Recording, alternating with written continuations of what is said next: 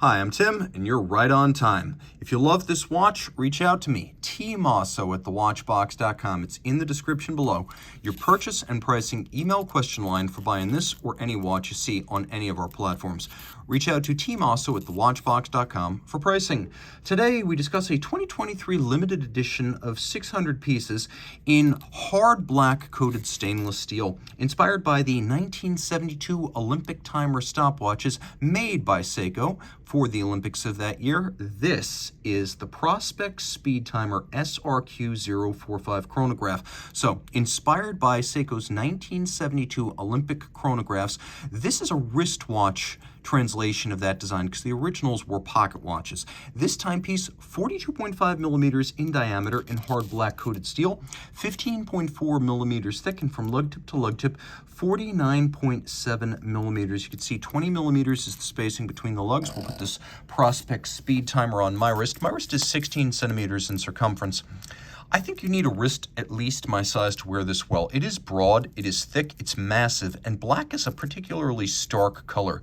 So this watch is perfect for a wrist my size or larger. I don't think you should go smaller. It is thick, there's no getting around that, and it's sheer too, meaning it has a cylindrical-like vertical profile. This is a watch to wear underneath perhaps a jacket cuff, but definitely not a tight dress sleeve. But that's okay, because this is a sports chronograph, not some delicate dress watch. That said, it has an incredibly upscale, thick-cut, black calfskin strap. It's glossy, it's smooth, it's shiny, it's flawless, and as you can see, it's brand new. With a monotone stitch, a sheer-cut side showing the layers of leather, plenty of bolstering to give it volume. You can see just how well preserved it is with no crimping or gouging. We have a buckle that is surprisingly involved.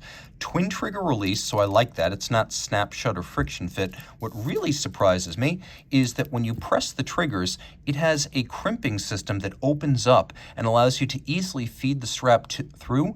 It then crimps and locks the strap onto the pin so it can never pull through. Now, I've seen features like this on Longa watches that cost 6 figures and are made of precious metal and have mass and size and the worst possible outcome if dropped. I've never seen this kind of crimping system on a watch that costs as little as the Speedtimer. So this is an upscale and unexpected feature that gives you extra protection against dropping your SRQ045.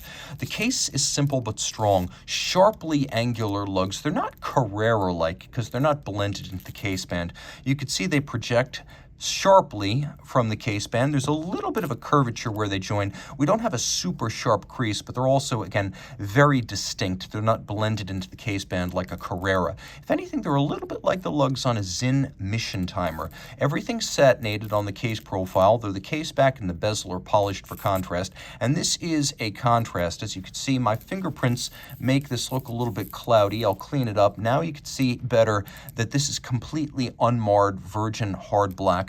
It is a hardened coating on top of a hardened steel, and it is very resilient in practice. We have vintage-inspired pump-style chronograph pushers with a vintage-inspired unsigned crown.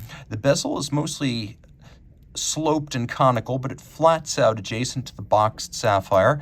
The dial is matte black, and you can see sunken registers for constant seconds and chronograph minutes. I love that spiral style. Sub-register hand. I would describe this as almost like the curvature of the inside of a turbocharger, or maybe a riff on the Nike swoosh, but it's historically inspired like everything else on the dial, so it has a historical predecessor in the heritage of Seiko. Now, the dial is matte black to resist glare. Outboard, there's a tachymeter scale. The orange on white on black coloration comes directly from those 1972 Olympic stopwatches.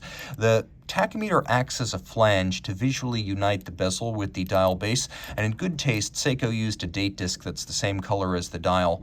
The chronograph seconds hand has been white varnished, and this beats away at 4 Hertz, so it's able to resolve small 1/8 of a second increments. Taking a quick look at some of the subsidiary setting modes, we have a hacking or stop seconds function. Then we also have a quick set that allows you to easily cycle the date should the watch run down or encounter an irregular length month. And as with Seiko chronographs, since the first Seiko Chronograph 6139 caliber in 1969, this is a vertical clutch system, meaning there's no play in the engagement, so there's no jump or stagger when you start the chronograph. It also means there's no additional wear and tear when the chronograph's in action, so you can leave it running if you just like to have seconds at center. We'll do a Lume Shot here so you can easily see how the watch appears in the dark. There's plenty of luminescence, though you don't have access to the chronograph functions. When you flip it over, you can see a workman-like Seiko manufactured caliber, and this is known as the 8R46. It's an automatic winder with a 45-hour power reserve. It pivots on 34 joules, vertical clutch chronograph, hacking seconds, quick set date, and again, it does beat away at 8 beats per second. All of this water resistant down to 100 meters, and you can see this one individually limited and numbered, unlike some IWC watches that would say 1 out of 600. This one has markings unique to this watch, and you can see 10-bar water resistant, made in Japan. It has wonderful authenticity as a no holds barred, no frills tool watch. Reach out to Team Mosso at thewatchbox.com for purchase and pricing details.